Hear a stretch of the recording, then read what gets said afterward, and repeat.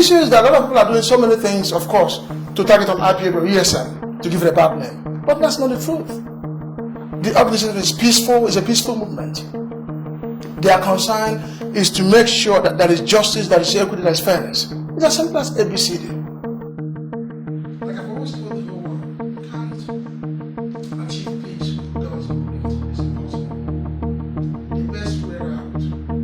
Well, the last time was yesterday, right there in the court. When he walked in, I made sure that I approached him and asked him how he was faring. He said he's okay, was what he told me. But, he's looking forward to seeing every one of us.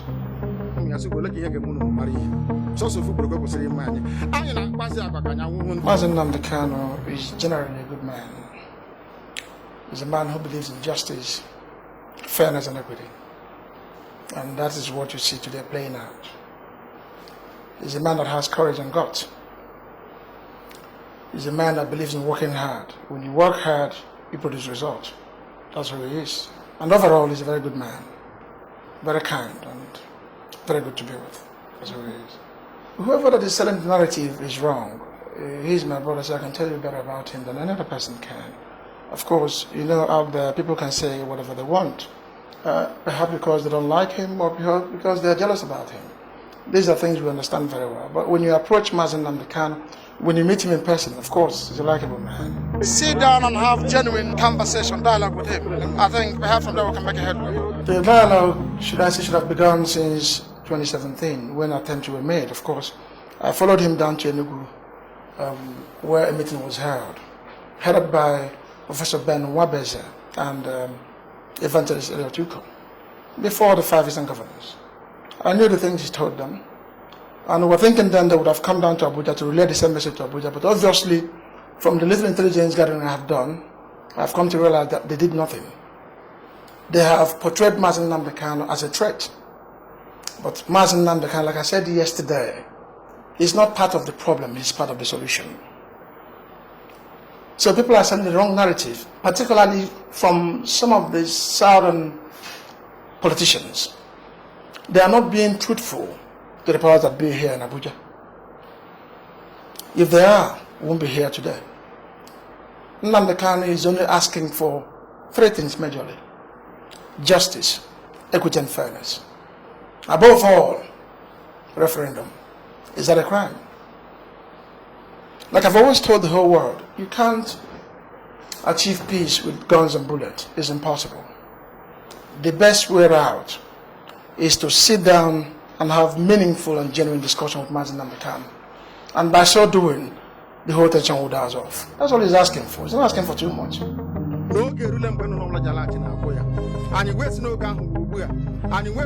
Of course, dialogue is the best way out.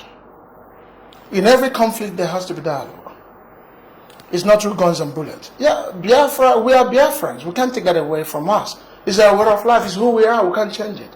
Just like you have Arewa, you have Arewa textile mill. Just like you have Oduas. We have all that, ethnic nationalities in Nigeria. So we're not going to change from who we are. So that's who we are, and we won't apologize for that.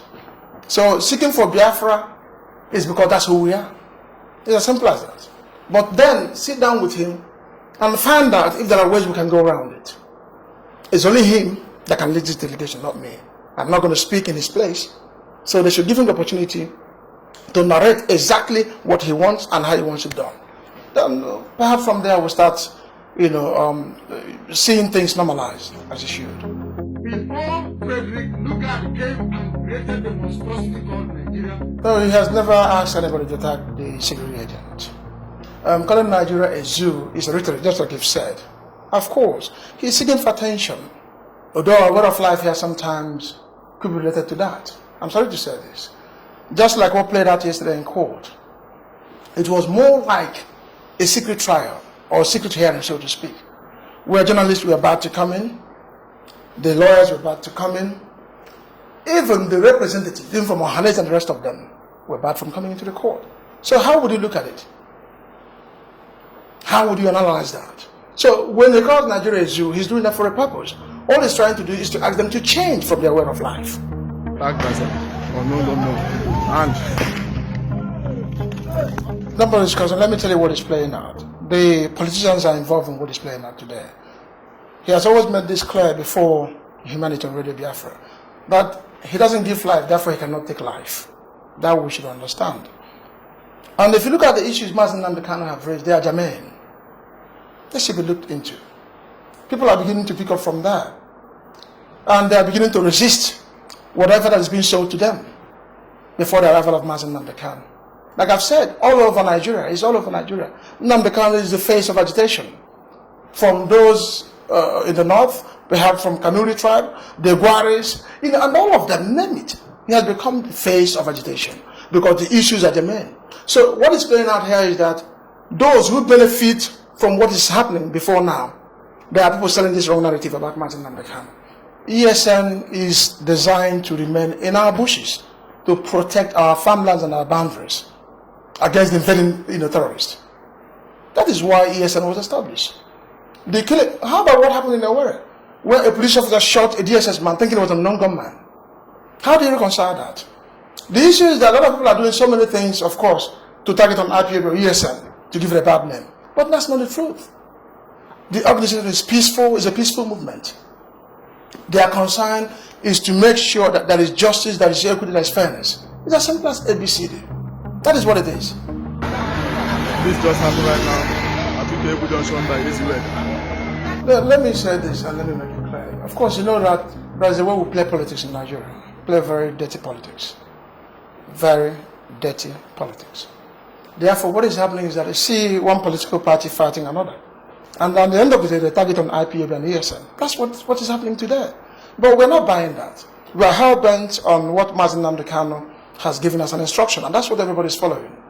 And it's a high time people understand this. Nnamdi Kanu is not, should I say, he's not a bad fellow. Let me say it that way. He's not a bad fellow. So today, the politicians are doing whatever they can to nail Nnamdi Kanu. Of course, what has happened to him, they are part of it. We know that's why they've kept quiet all this while. They are part of it, but in due time, of course, that will be announced. In due time, it will be announced, of course. They are working hard to make sure Nnamdi Kanu will not be released. But I also commend some of them who have worked tirelessly well, to make sure that Nnamdi Kanu is released as quickly as possible. Of course, give them some talk.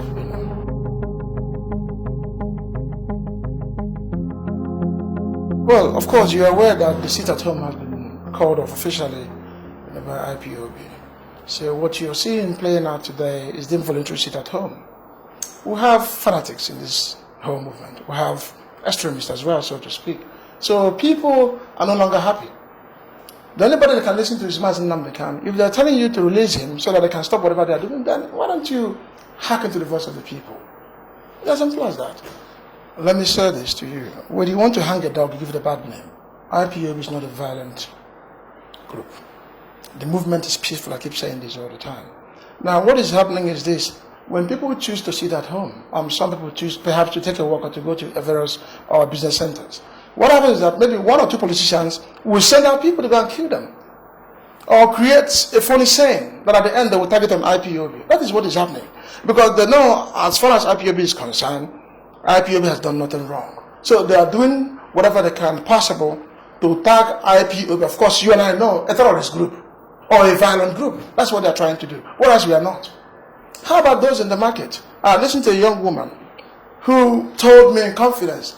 He said, look, if you ask me to stay at home for the next 1 year so that they will release Nnamdi Kanu for me, that she will do so. I laughed off my head. There are people who do what they do today with passion because they love Nnamdi Kanu, because they understand him very well, more than others do. That is what you see play out in the Southeast.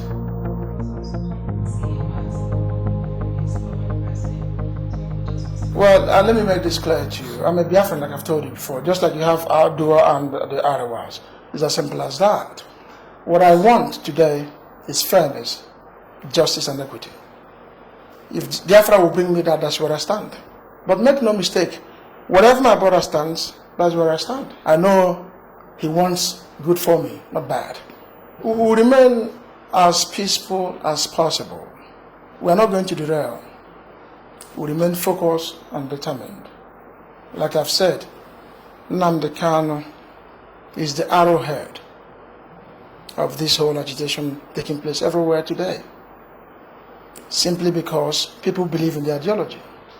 But what is important to everybody, to Mazi Nnamdi Kanu, is that fairness, equity, and justice.